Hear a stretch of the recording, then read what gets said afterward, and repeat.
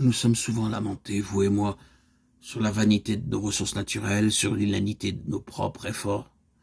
Mais il n'en a pas toujours été ainsi, frères et sœurs en Christ bien-aimés. Il fut un temps où nous nous voyions sous un autre jour, nous pensions pouvoir faire quelque chose, nous savions que nous avions certaines capacités et que des résultats ne pouvaient manquer de se produire.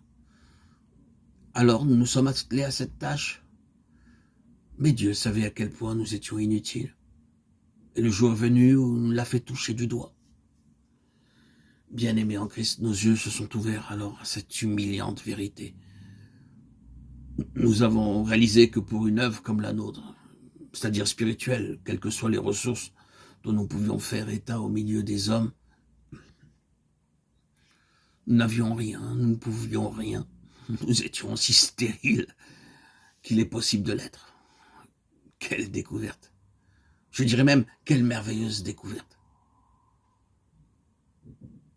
Quelle humilité! Alors on a jailli. Si votre cœur n'était pas bouché, fermé à cette découverte en vous-même, alors là, vous avez pu goûter à ce qu'était l'humilité.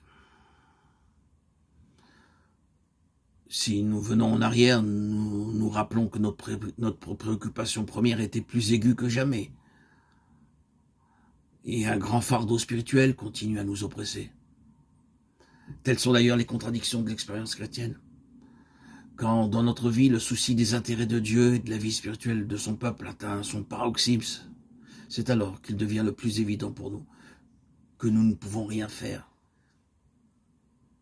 Alors là, dans sa souveraineté, Dieu fait en sorte que ces deux extrêmes se touchent, les besoins les plus criants et l'impuissance la plus totale.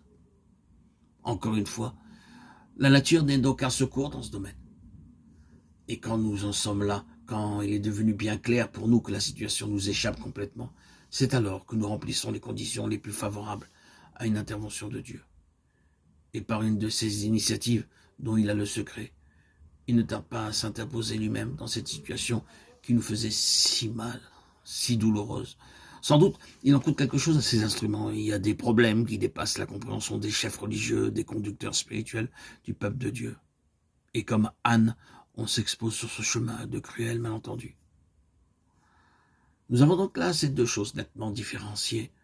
D'une part, une grande préoccupation spirituelle à l'endroit du peuple de Dieu, préoccupation qui tourne même à la détresse en raison des dangers qui courent le témoignage du Seigneur. Et d'autre part, sur le plan pratique et pour tout ce qui touche à une solution possible, à une contribution personnelle. Stérilité complète. Constatation douloureuse d'un être qui se sait inutile et qui comprend qu'il n'y a rien à faire. Ah! Et cependant, force est de constater, Anne prie. Elle ne peut pas renoncer.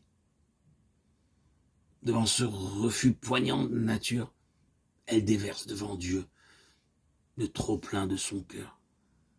Elle lui clame sa protestation. Elle refuse de croire à l'impossible. Elle en appelle au Dieu qui peut tout. Elle le met en face de cette situation et alors que l'inertie des choses semble se jouer de son angoisse, n'importe. Dieu peut. Dieu peut. Et elle croit. Cet état de choses est trop criant pour laisser Dieu insensible. Oh, Dieu, tu répondras. Et elle fut exaucée.